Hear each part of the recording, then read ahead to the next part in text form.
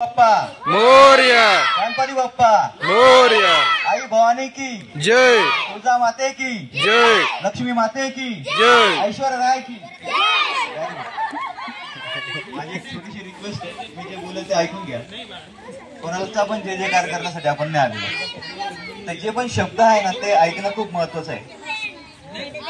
महाराज हा विषय खूप मोठा आहे. आतापर्यंत लाखो हजारो लोकांनी त्यांना फॉलो केलं, खूप साऱ्या लोकांनी त्यांना घेतलं, तरी पण त्यांच्या जीवनामधले खूप साऱ्या अशा गोष्टी आहेत ज्या काल्पनिक वाटतात, हो की नाही. काही गोष्टी सांगतो, त्या गोष्टींवरून आपल्याला आयडिया येईल. मी काय असं खूप मोठं वक्ता वगैरे नाहीये, परंतु महाराजांना वाचतोय, महाराजांविषयी समजून घेतोय. एक थोडस फक्त सांगतो. माझं व्यसनमुक्तीवर काम आहे. आतापर्यंत 4.5 लाख लोकांना व्यसनमुक्त केलं, म्हणून गव्हर्नमेंट पद्मश्री देते. पद्मश्री पुरस्कार ऐकला, या पुढच्या 26 जानेवारीच्या आसपास तो भेटेल. महाराज काय आहे,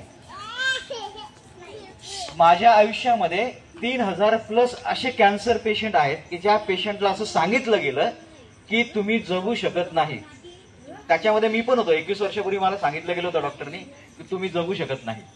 कॅन्सरचं तुमचं प्रमाण जे आहे ते खूप वाढलेलं आहे. पण अशा परिस्थितीमध्ये पण आम्ही स्वतःला इंडिव्हिज्युअल मानसिक अशा पद्धतीने तयार केलं की कॅन्सरला पण आम्ही हरवू शकतो. हे 3000+ लोक आहेत, आणि ह्या 3000+ लोकांना आयडल, ह्या लोकांचं आयडल जर कोणी असेल तर छत्रपती शिवाजी महाराज. थोडस आपण समजून घेऊया. जरा समजतंय मी जे बोलतोय ते समजतंय? Very good.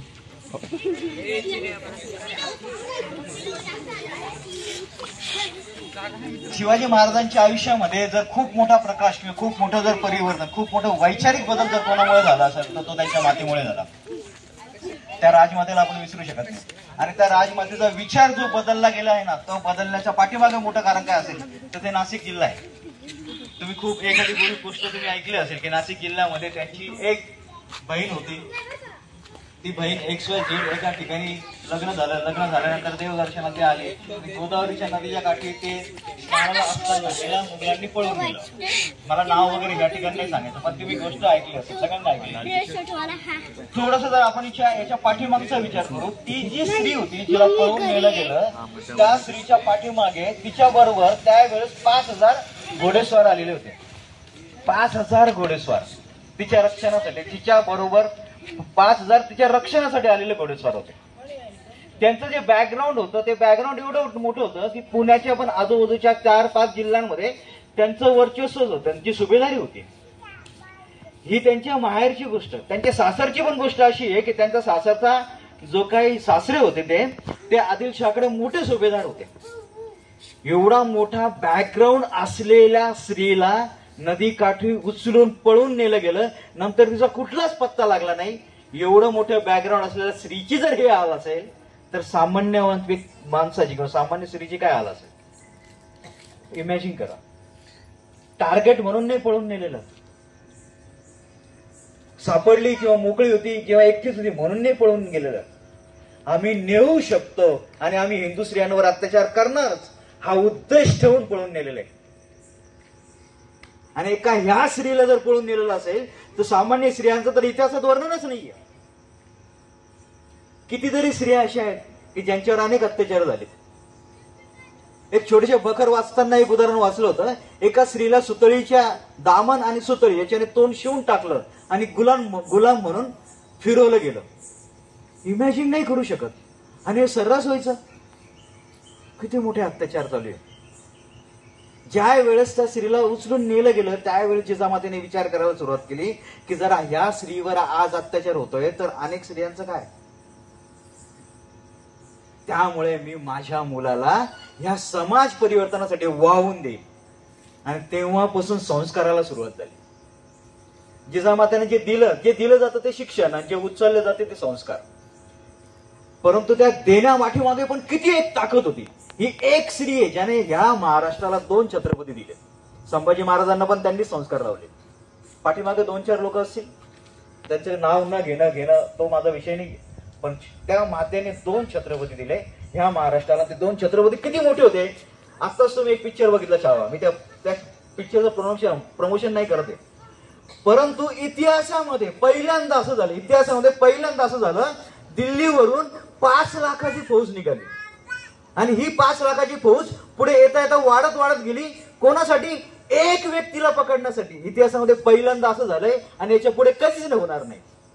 एक व्यक्तीला पकडण्यासाठी 5 लाख लोक येऊ राहिले, 5 लाख, आणि ते पण पुढे आल्यानंतर वाढत गेले. असा दुसरा छत्रपती ह्या मातेने दिलेला आहे महाराष्ट्राला. आणि संभाजी महाराज पकडले गेले, मारले गेले वगैरे वगैरे वगैरे. हे वाईट झालं की चांगलं झालं हे मला नाही माहिती, पण त्याच्यानंतर संभाजी महाराजांच्या काळानंतर अशी परिस्थिती होती की घरातली स्त्री चटणी भाकर बांधून द्यायची, पैसे नव्हते, काठीला ते बांधलं जायचं, घोडा तलवार आणि ते निघायचा तो सैनिक आणि लढायचा. वेतन वगैरे काही भेटत नव्हतं. घरातली स्त्री म्हणायची की मी शेतात काम करून बघवेल, तू लढ. हे स्वराज्य आहे. शिवाजी महाराज व्यक्ती नाहीये. शिवाजी महाराज ज्या वेळेस बाजीराव पेशव्यांनी दिल्लीवर आक्रमण केलं आणि भगवा झेंडा फडकवला ना, तो विचार म्हणजे शिवाजी महाराज. हे आपण शाळा वगैरे नंतर होतो. माझ्या भावना समजून घ्या. मला काय म्हणायचंय, शिवाजी महाराज एक व्यक्तिमत्व असं आहे की आपल्या जीवनामधले सगळे काही चेंजेस पॉझिटिव्ह होऊ शकतात किंवा इतके बदलू शकतात की आपण खूप मोठी क्रांती पण करू शकतो. काय आहे शिवाजी महाराज? आणि इंटेलेक्च्युअल लेवल किती? एक छोटीशी पत्र व्यवहार जे झालेत ना सैन्यांचे, ते एक वाचत होतं. खूप गमतीदार आहे. मी ज्यावेळेस पत्र व्यवहार वाचला ना, त्यावेळेस एका शिवाजी महाराजांच्या मावळ्याने राजगडात एक पत्र पाठवलं आणि त्या पत्रात उल्लेख असा होता की जर तुम्हाला किल्ला हस्तगत करायचा होता तर तुम्ही आम्हाला खाली कशाला करायला लावला. मी ते पत्र वाचल्यानंतर मला विषय वाटला, अरे हा काय विषय, किल्ला हस्तगत करायचा होता मग खाली कशाला करायला लावला. मग मी त्याची हिस्ट्री वाचायला सुरुवात केली. काय घडल्यानंतर मी वाचलं की शिवाजी महाराजांनी त्याच्या आधी एक पत्र लिहिलं होतं. त्या किल्ल्यावर 60 मावळे होते, आजूबाजूला 3000 सैन्य, मुघलांनी वेढा घातलेला होता.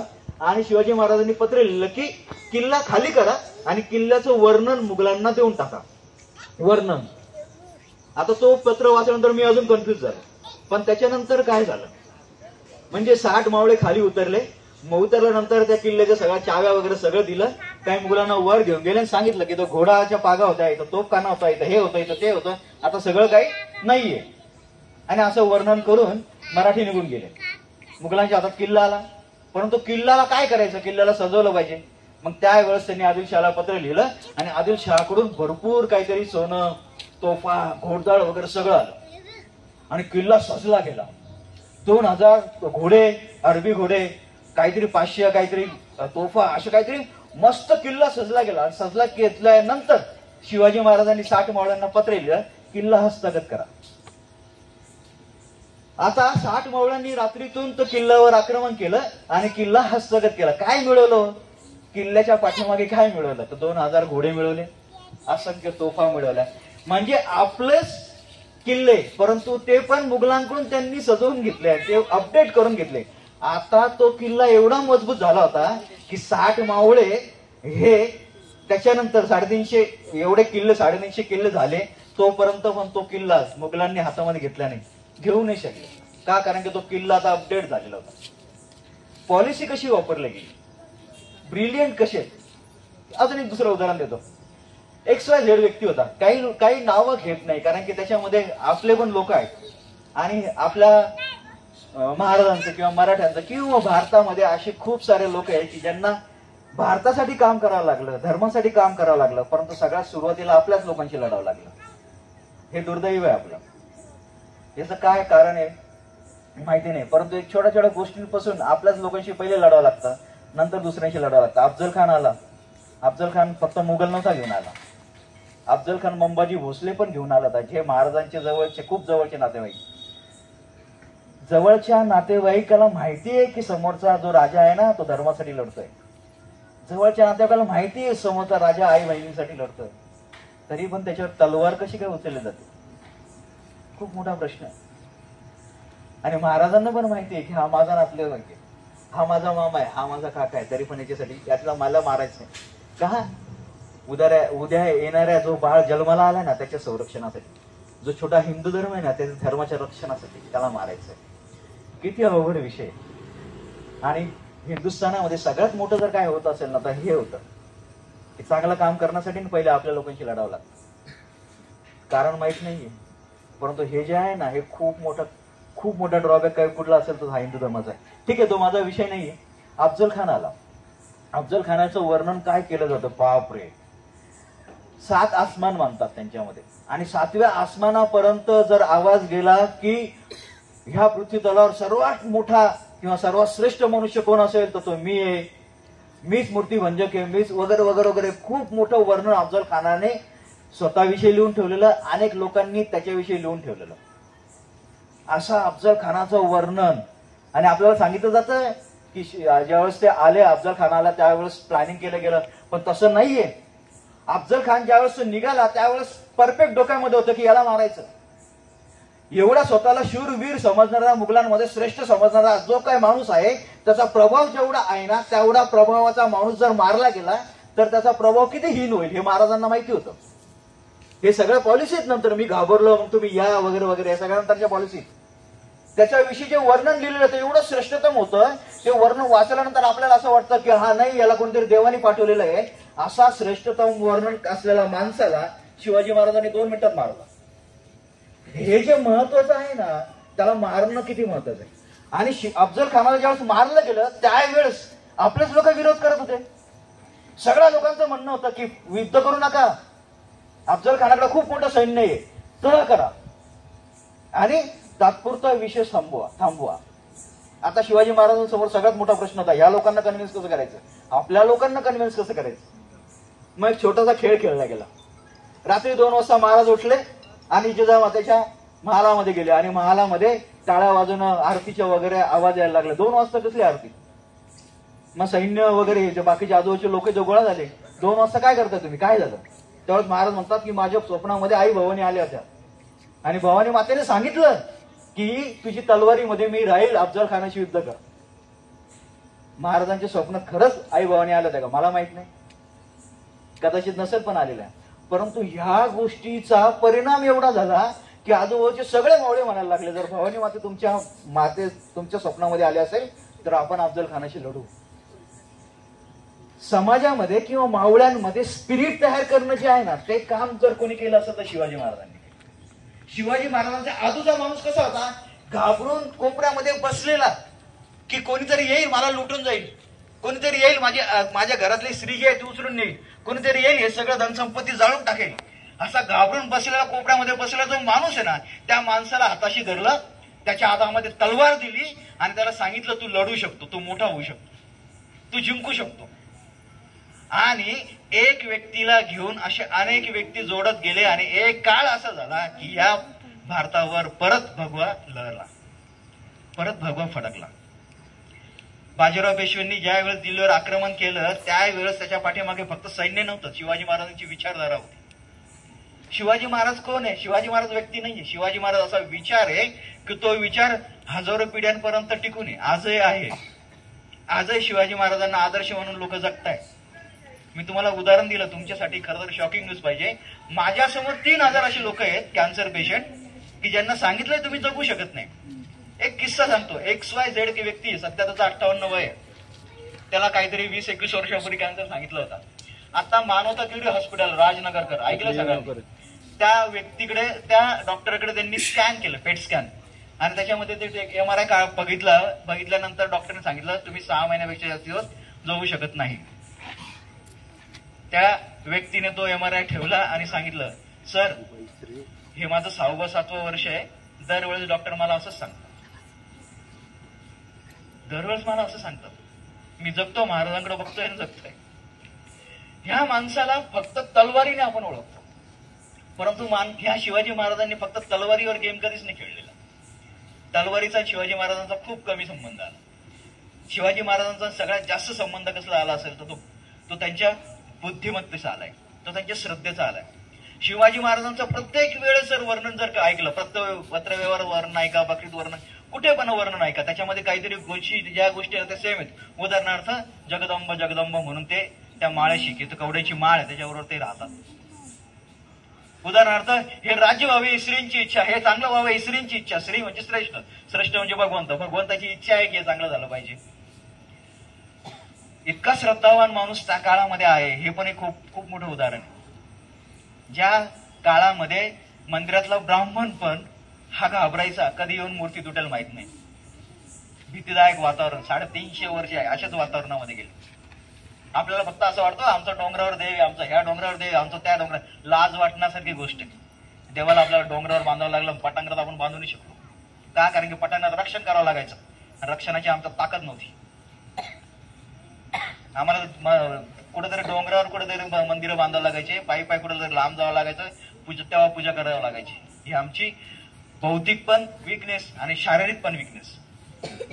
अशा वेळेस एखादा माणूस जन्माला येतो, जन्माला आल्यानंतर तो म्हणतो मस्जिदी शेजारी ना मंदिर बांधा, कोण तोडतो बघतो. ही ताकद जी आहे ना ती शिवाजी महाराज, त्याला म्हणतात शिवाजी महाराज. आणि संरक्षण कोणाचं करायचं? सगळ्यांचं संरक्षण केलं गेलं. दिंडी निघाली, दिंडीला काहीतरी त्रास होतोय, मराठी तिथं हजर आहेत.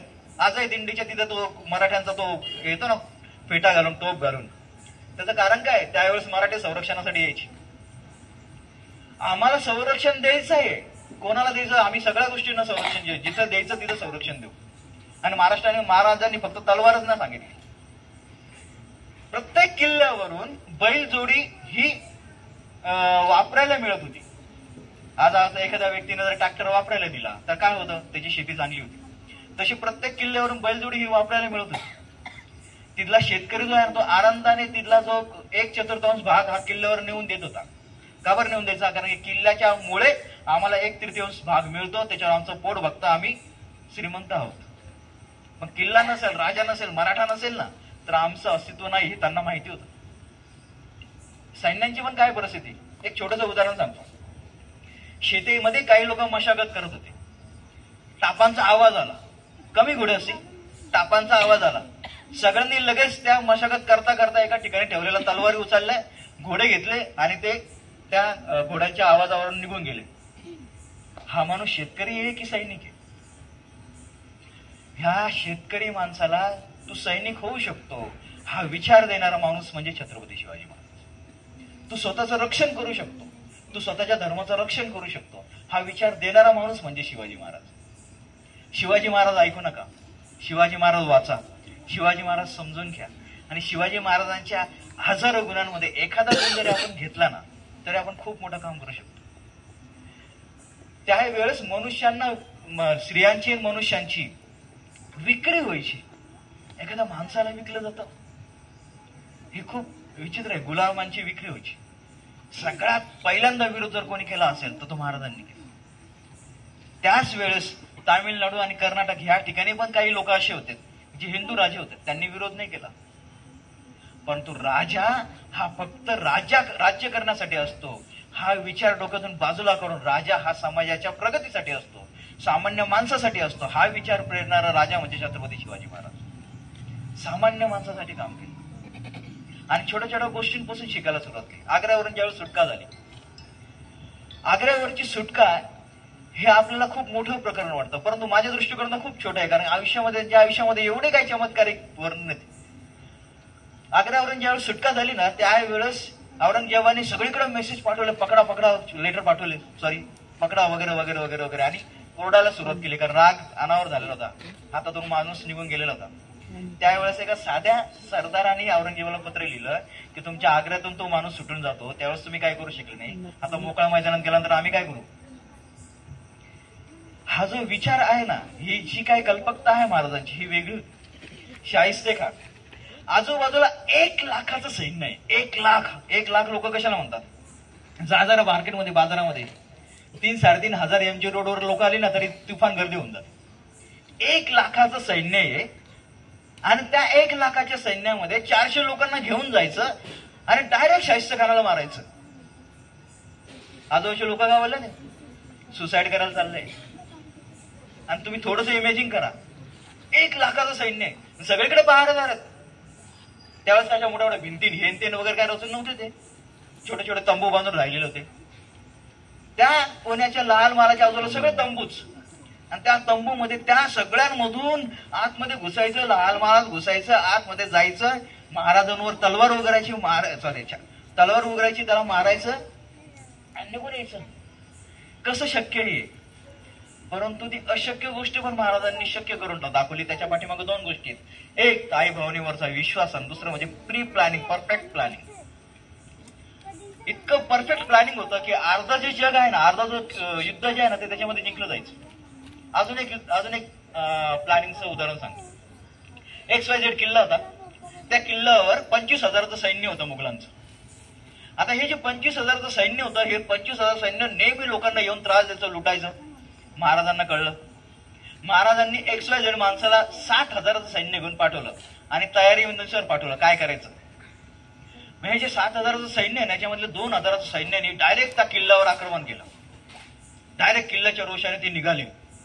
किल्ल्याच्या याच्यावर मुघलांनी बघितलं किती सैन्य येत आहे, अंदाजे 2,000 असतील.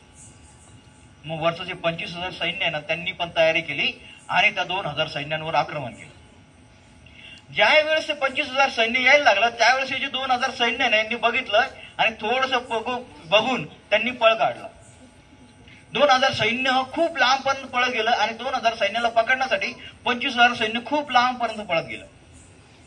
पण पाठवलं गेलं तर किती सैन्य, 7,000चं. उरलेले जे 5,000 सैन्य ना त्याला पण बसलं जंगलात. 25,000 सैन्य लांब पळून गेल्यानंतर 5,000 सैन्य गेलं, किल्ल्याची राख रांगोळी केली, सगळं लुटलं आणि आरामात निघून आले. 2,000 पण सापडले नाही, 5,000 पण सापडले नाही. 25,000चं सैन्य ज्यावेळेस 2,000 सैन्य पळून गेलं लांब जंगलामध्ये त्यावेळेस त्यांना दिन वगैरे वगैरे एकदम जय जयकार करत करत करत किल्ल्याकडे आले. नंतर बघितलं अरे किल्ला तर जळतोय. एक पण मराठी माणूस मेलेला नसताना किल्ल्याची राख रांगोळी करणारा कोणी व्यक्ती असेल तर केवळ शिवाजी महाराज. अशी उदाहरणं इतिहासामध्ये ना पहिले झाली ना कधी नंतर होती. याच्या आधीचे वर्णन काय आहेत? याच्या आधीचे वर्णन एकदम साधे भोळे. आपले पृथ्वीराज चव्हाण चुकीचं म्हणतोय असं काय प्रकार नाहीये. 16 वेळा एक व्यक्ती आक्रमण करतो. 16 वेळा लढाई जिंकली जाते. 16 वेळा कशा म्हणतात?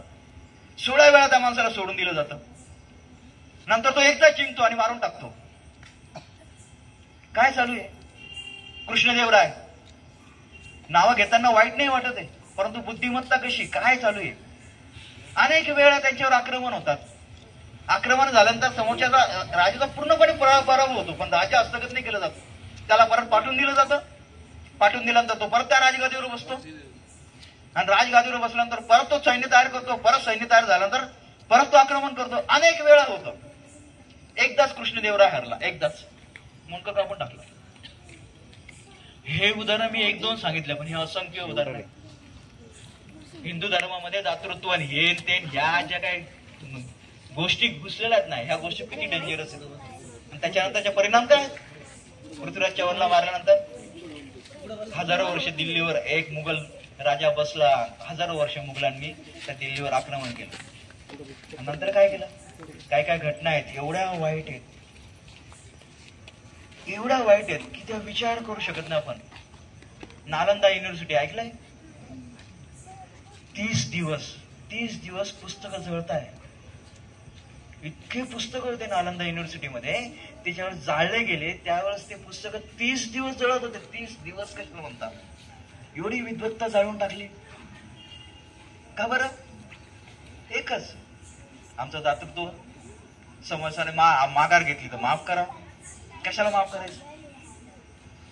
ह्या हिंदू धर्माच्या पाठीमागच्या सगळ्या गोष्टी बघा तुम्ही. हजारो वर्षाचा काळ बघा. असंच काहीतरी दिसतंय.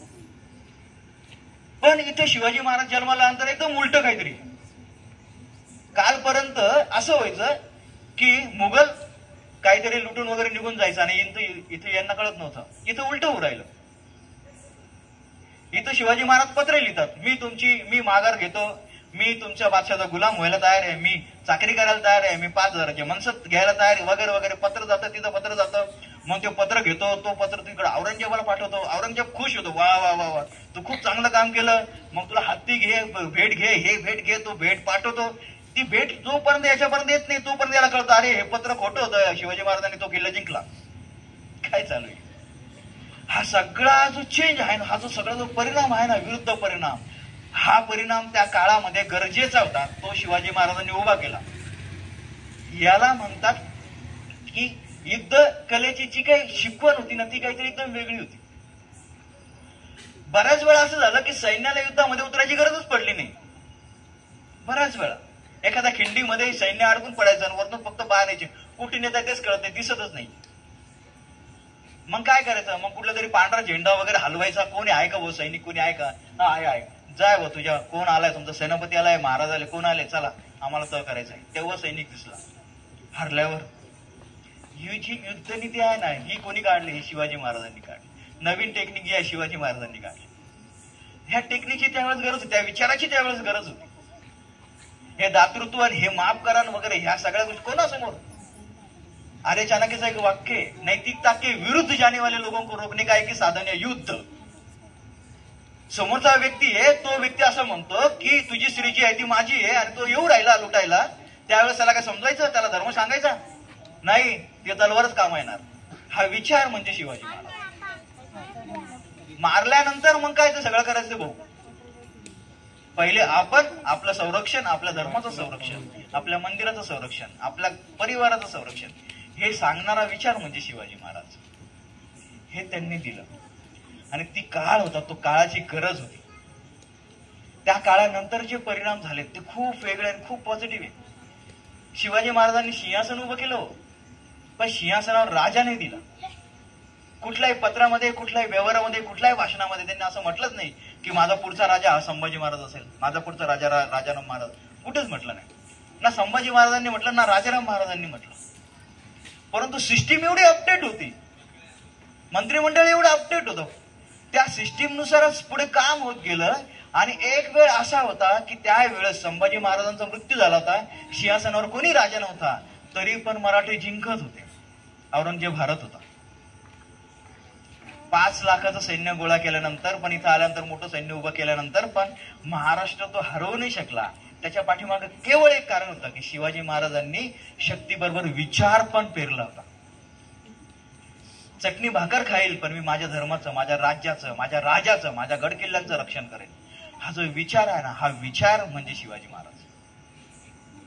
मला असं वाटतं मी खूप बोललोय, मी इथं थांबतो, कारण की अजून पण पुढे कार्यक्रम आहे. जर तुम्ही कदाचित थोडा उशिरा आले असते तर हा कार्यक्रम झाला नसता. आणि ठीक आहे, मला फक्त अजून दुसरा एक छोटासा एक विषय घ्यायचा आहे. मी छोटासा व्यसनमुक्तीवर काम करतो.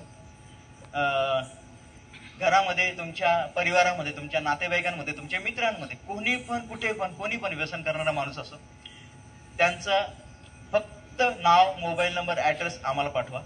आमची संस्था कुठलेही चार्जेस न घेता, कुठलेही जाणं येणं राहणं कुठलेही चार्जेस न घेता त्या व्यक्तीला व्यसनमुक्तीसाठी ट्रीटमेंट देणार.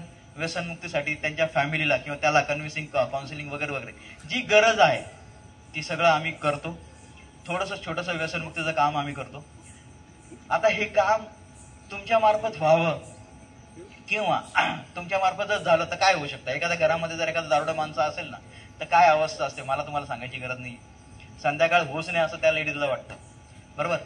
तर त्या घरामधला ती एवढा मोठा जो प्रॉब्लेम आहे तो सॉल्व्ह होईल. तो सॉल्व्ह झाल्यानंतर ती ताई माई अक्का आपल्याला आशीर्वाद देईल, दुवा देईल, बरोबर आहे? तर माझी फक्त एवढीच रिक्वेस्ट आहे, मी नंबर सांगतो, त्या नंबरवर कोणी तुमच्या आजूबाजूचा व्यसन करणार असो, आम्हाला काही आग्रह नाहीये की तुम्ही कराच, पाठवाच वगैरे, परंतु एकटा माणूस कुठे कुठे काम करेल. मी तुम्हाला इतकंच बोललो, पद्मश्रीचं सांगितलं.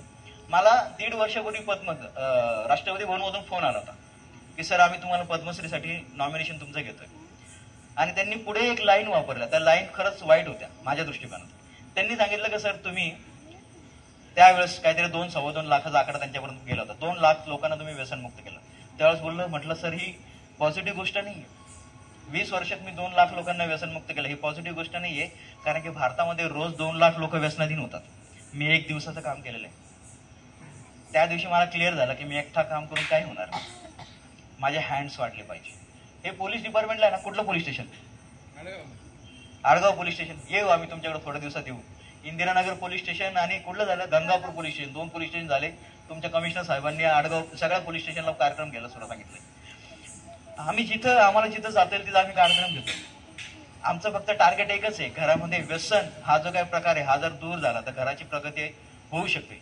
आम्ही काय महाराजांना ऐकणारे आणि महाराजांना सांगणारे, आम्ही महाराजांच्या पावलावर खूप मोठं काही काम नाही करू शकत. आम्हाला जेवढं काम करता येईल तेवढं काम आम्ही करतो. पण पण याचे जर हँड वाढले तुम्ही जर अजून मदत केली तर आपण जास्तीत जास्त लोकांपर्यंत जाऊ शकतो. आणि याच्यामध्ये कुठलेही चार्जेस, कुठलाही पैसा घेतला जाणार नाही. आम्ही सेवा म्हणून हे काम करतो. देवाच्या कृपेने आमची रोजीरोटी दुसऱ्या बिझनेस मधून चांगली झाली. एक छोटंसं उदाहरण देतो आणि मी थांबवतो. एका ठिकाणी ना आग लागलेली असते, एका घराला आग लागलेली असते आणि खूप सारे लोक येतात, पाणी टाकतात, वाळू टाकतात, काही फोटो काढतात, काही बातमी करतात, सेल्फी वगैरे वगैरे वगैरे. प्रत्येक व्यक्तीचं काही ना काही काम चालू असतं. त्या ठिकाणी एक छोटी चिमणी असते. ती चिमणी लांब जाते तळ्यामध्ये, पाणी घेतात चोचीमध्ये आणि त्या घरावर टाकते आणि परत निघून जाते. असं तिचं काम चालू असतं. माझ्यासारखा एक माणूस येतो, मग त्या चिमणीला विचारतो की तुझ्या एक थेंबाने काय फरक पडणार आहे? तो थेंब खाली येता येताच वाफ होऊन जाईल, काय फरक पडणार?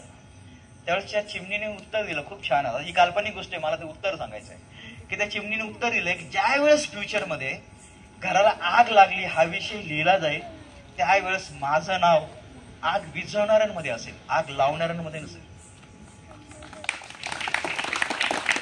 तुमच्या माहितीसाठी सांगतो, तुम्ही जे आता हे ऐकाल ते तुमच्यासाठी खूप शॉकिंग असेल. आज नाशिकमध्ये 12 ते 12,500 लोक एमडी ड्रग्ज घेतात. नाकाने ओढण्याची जी नशा करायची पावडर, किती अमाऊंट सांगितलं मी, आकडा सांगितलं मी, 12 ते 12,500 नाशिकमध्ये. एक व्यक्तीला एमडी ड्रग्ज घेण्यासाठी 1,500 रुपये खर्च येतो. 1,500 गुणिले 12,000 करा तुम्ही, करोडोच्या पुढे काहीतरी रक्कम जाते. करोडोचा टर्नओव्हर नाशिकमध्ये होतोय. मुंबई वगैरे तर खूप मोठ्या प्रमाणावर आहे. ही जी लागलेली आग आहे ना, ही विझेल कधी मला माहित नाही, परंतु ते विझवण्यासाठी आपण प्रयत्न करू आणि फ्युचरमध्ये ज्यावेळेस लिहिलं जाईल ना त्यावेळेस आपलं नाव विझवणाऱ्यांमध्ये असेल. एक छोटासा प्रयत्न काय करायचंय, फक्त मोबाईलला व्हॉट्सअपला मेसेज तर करायचा आहे की हा माणूस दारू पितो, हा त्याचा ऍड्रेस, हा त्याचा मोबाईल नंबर. पण त्याच्या मेसेजने करू दे, शेजारच्याने करू, त्याच्या मावशीने करू, लांबच्या आत्याने करू, आम्हाला काही प्रॉब्लेम नाही. आम्ही त्या व्यक्तीचं नाव सांगणार नाही, काहीच नाही. आम्ही डायरेक्ट जाऊ, तुम्ही व्यसन करतात? हो, आम्ही इकडून आलेलो आहे. आणि प्रत्येक व्यक्तीला व्यसन सोडण्याची इच्छा असते. मला हा खूप मोठा प्रश्न. प्रत्येक माणूस ज्यावेळेस त्याची दारू वगैरे पिऊन होते ना त्यावेळेस त्याचा डायलॉग असतो, भाऊ आजपासून दारू बांध. दुसऱ्या दिवशी परत संध्याकाळी तो कावर बसतो, हा पण मोठा प्रश्न आहे. आणि सगळ्यात मोठी जबाबदारी कोणाची असेल, त्याच्या बायकोची असते. परंतु दारुड्या बायकोना कशी चांगली बायको मिळते काय माहिती, आम्हाला नाही भेटत. माझी बायको चांगली. उदाहरण मला जाता एवढंच म्हणायचंय, महाराज हा खूप मोठा विषय वाचा. बस बस एवढं. तुम्ही ओळखता का आमच्या फॅमिलीला? ओळखता नाही ना? ओके. मला एवढंच म्हणायचंय, महाराज हा खूप मोठा विषय. काय करायचं असेल ना, महाराजांविषयी काही करायचं असेल ना, तर सगळ्यात पहिले मार्केटमध्ये जा आणि महाराजांवर एक पुस्तक घेऊ. 1,000-1,200 रुपये लागले तर लागू द्या. राजाश्री छत्रपती बाबासाहेब पुरंदर यांचं एकदा वाचा, एकदा वाचा. आयुष्याला त्या दिवशी तुमच्या आयुष्याला टर्निंग पॉईंट भेटेल, यात काही शंका नाही. नमस्कार, मी थांबतो. मी शेवटी फक्त माझा मोबाईल नंबर देते, 95 95 95 37 55. हे सगळे मंडळी जे आहेत, कार्यकर्ते मंडळी जे आहेत, त्यांनी नंबर घ्या. त्यांचे काहीतरी ग्रुप वगैरे असेल त्या ग्रुपला शेअर करा. छोटंसं व्यसनमुक्तीचं काम आहे. तुमचा आज हातभार लागला तर खूप चांगलं होईल. मी 95 95 95 37 55 सोपा नंबर आहे.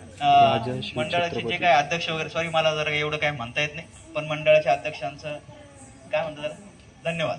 ओके, घ्या माईक घेता. कोण आहे? कोणाला काय बोलायचं असेल तर तुम्ही या, बोला. मुलांना एवढं माहिती आहे की भाषण संपल्यानंतर